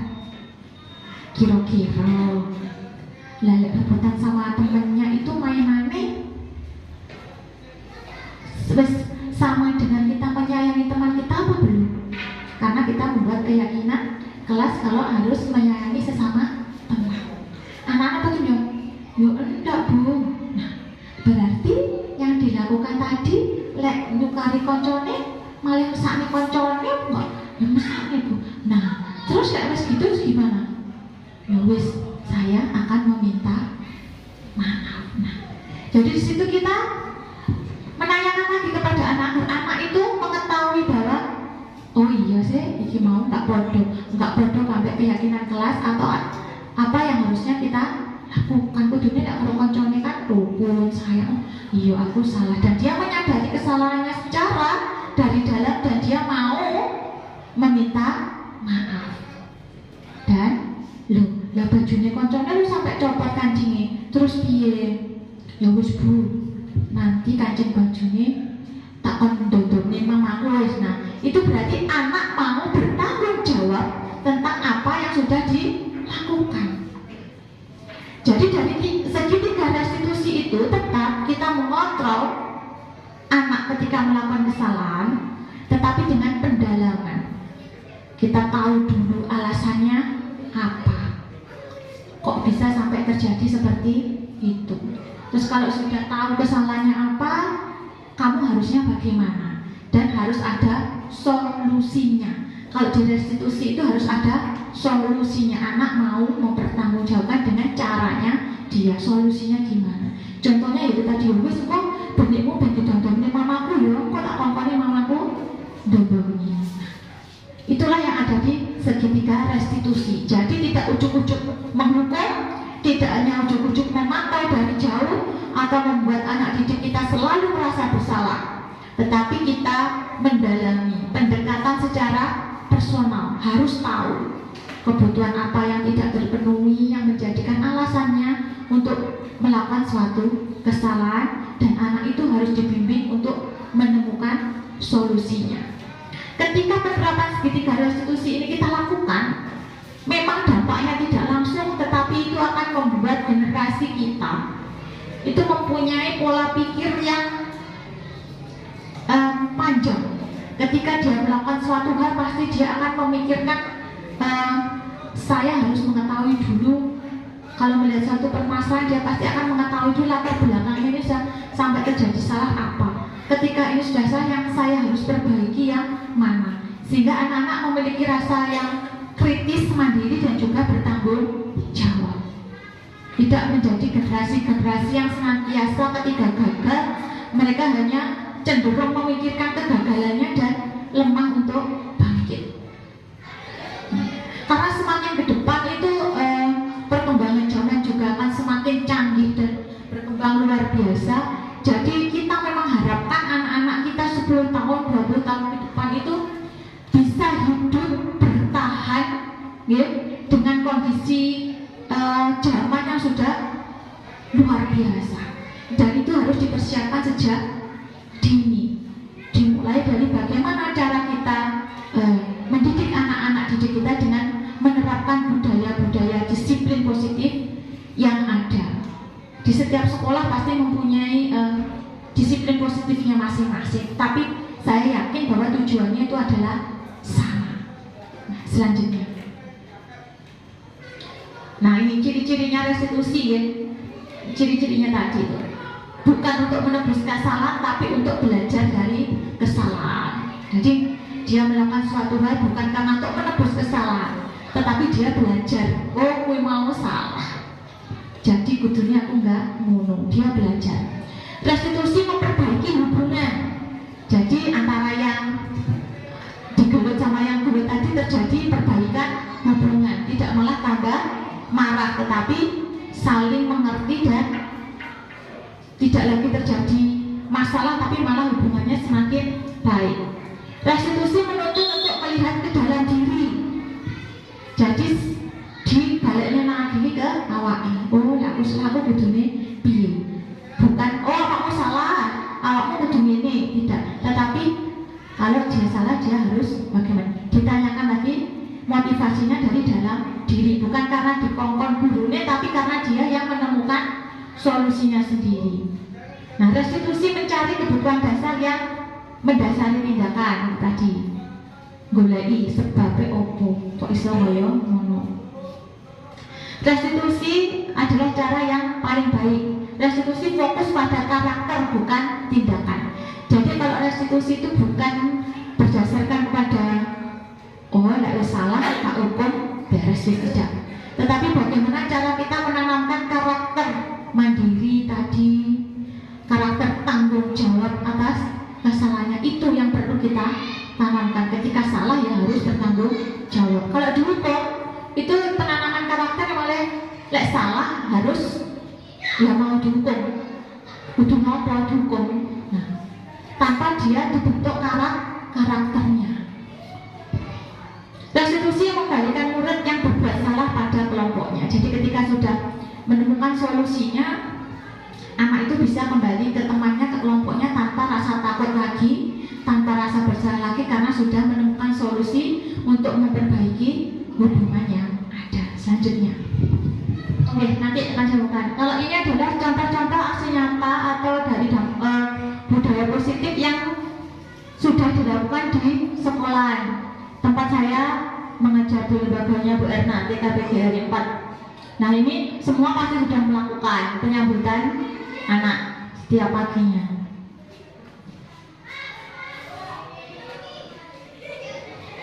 Dan di sana itu betul-betul banyak, kalau pagi-pagi itu banyak bapak-bapak pergi ke sawah dan ramai jalannya kalau pagi. Selanjutnya Pak Ubud. Nah, ini semua sudah nggih, senyum, salam, sapa nggih. Jadi menyambut anak-anak pun kita juga dengan wajah yang senang nggih. Dari kejauhan kita sudah tersenyum pada anak-anak. Selanjutnya, nah ini disiplin positifnya, kita juga melakukan upacara bendera setiap hari Senin. Ya, meskipun dengan seadanya ya Bu, di sekolah kami belum punya tiang bendera. Selanjutnya, nah ini juga sebagai salah satu bentuk disiplin positif, yaitu memperingati hari besar nasional. Yang sebelah ini itu Hari Sumpah Pemuda, yang itu kemarin Hari Pahlawan, dan yang tengah ini lomba 17 Agustusan. Itu ada salah satu disiplin positif anak-anak untuk mengenal tentang negaranya. Nah, ini budaya, mengenalkan budaya daerah. Ini adalah setiap pagi biasanya kami kalau nggak senam juga ada tari-tarian. Terus di sekolah kami itu ada angklung. Kemarin yang di kelompok B yang sudah kelas 1 itu sudah bisa angklungnya. Untuk yang anak-anak kelompok B sekarang masih belum. Ini sebenarnya video nari ini sebenarnya. Selanjutnya aja. Nah, di sini di sekolah kami juga ada tentang sholat Jumat berjamaah setiap hari Rabu. Setiap hari Rabu. Itu biasanya kalau semester 1 itu kita masih melakukannya di sekolah, tetapi ketika semester 2 anak-anak sudah mulai bisa untuk diajak keluar, kita ajak anak-anak untuk sholat Jumat berjamaah di masjid yang ada di dekat sekolahan. Selain itu juga ada hafalan surat-surat pendek Ibu Rani, dan juga kadang anak-anak diajarkan untuk praktek berwudu dengan urutan dan cara yang benar. Jadi ini adalah salah satu budaya positif tentang keimanan dan ketakwaan terhadap Tuhan Yang Maha Esa yang dilakukan di TKP GRI 4. Selanjutnya, selain itu juga ada perayaan hari-hari besar agama seperti mulutan, itu kita juga mengadakan di sekolah. Nah, ini pembiasaan anak-anak untuk cuci tangan. Itu anak-anak gotong royong membersihkan sampah yang ada di halaman. Jadi ketika ada sampah yang banyak tuh biasanya, ayo anak-anak kita main di luar yuk. Mainnya kita tapi yang bisa membuat lingkungan sekolah kita jadi bersih. Apa Bu? Banyak-banyakan ambil sampah terus dibuang di tempat sampah. Mau. Nah, tanpa terasa mereka juga sudah mau bekerja sama dengan temannya gotong royong untuk membersihkan halaman. Selanjutnya, nah, pembelajaran yang kreatif dan inovatif. Nah, di sini ini mengurutkan angka, piramida angka. Jadi anak-anak di depannya ada pola tentang urutan angka, anak-anak menyusun gelasnya sesuai dengan pola angka yang ada di depannya. Yang ini adalah membuat mainan dari pelepah buah pisang. Ini anak-anak sedang membuat mainannya sendiri.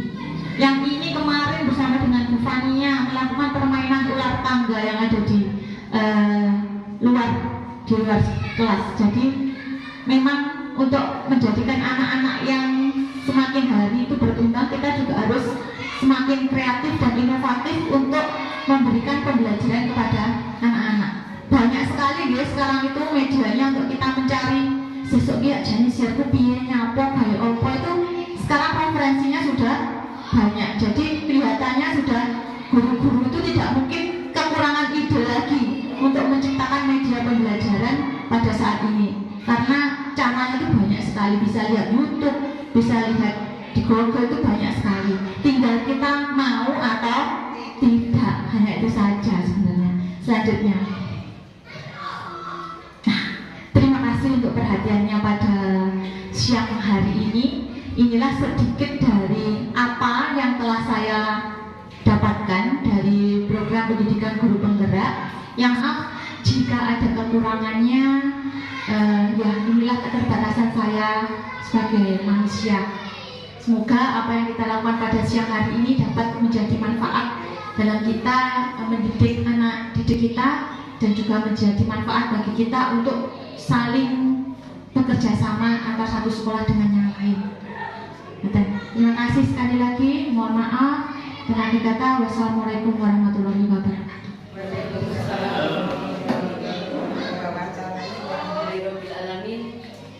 Hadirin yang saya hormati, demikianlah serangkaian materi yang diberikan oleh Bunda Anggun yang diberi judul Pengimbasan Budaya Positif. Semoga bermanfaat bagi kita dan menjadikan ilmu baru dan dikembangkan di kelas-kelas dan di lembaga kita masing-masing, dan menjadi awal bagi gugus 4 untuk menjadi gugus-gugus yang seperti gugus-gugus yang lain lebih maju. Amin, Allahumma amin. Untuk acara selanjutnya doa, kami mohon untuk Bapak kami memimpin doa. Marilah pada acara ini kita tutup dengan memohon kepada Allah Subhanahu wa Ta'ala yang beragama Islam, dan kita berdoa menurut keyakinannya bagi yang beragama lain. Mudah-mudahan dalam pertemuan rutin, pertemuan khusus ini, kita selalu diberi kemudahan-mudahan oleh Allah Subhanahu wa Ta'ala, dan kedepannya mohon untuk sedikit pada Allah Subhanahu wa Ta'ala. Doa akan saya pimpin. Bismillahirrahmanirrahim. Alhamdulillahirabbil alamin, hamdan na'imin, hamdan syakirin, hamdan yardi ni'amahu wa yukafi'u mazidah ya rabbana lakal hamdu kama yanbaghi li jalali wajhika wa karimati sultanik. Sallallahu ala sayyidina Muhammadin fi kulli waqtin wa hin. Rabbana zalamna anfusana wa illam taghfir lana warhamna lanakunanna minal khasirin. Allahumma ij'alna wa auladana wa talamidana wa tilmidana wa ahlana wa ikhwanana min ahli ilmi wa ahli khair wa ahli tuqa wa ahli salamah.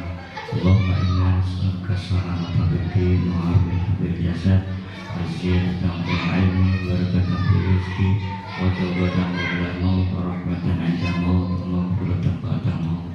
Allahumma bin alaina sakaratul maut wa najatan minan nar wa afina hisab. Subhanakallahumma wa bihamdika asyhadu an la ilaha illa anta nastaghfiruka wa natubu ilaik. Sallallahu alaihi wasallam Muhammadin wa ala alihi wasallam. Alhamdulillahi rabbil alamin. Akhiran billahi taufiq. Assalamualaikum warahmatullahi wabarakatuh. Dengan acara demi acara telah kita lalui bersama. Jika ada kesalahan dan kata yang kurang berkenan, saya mohon maaf dan yang sebesar-besarnya. Saya wassalamualaikum warahmatullahi wabarakatuh.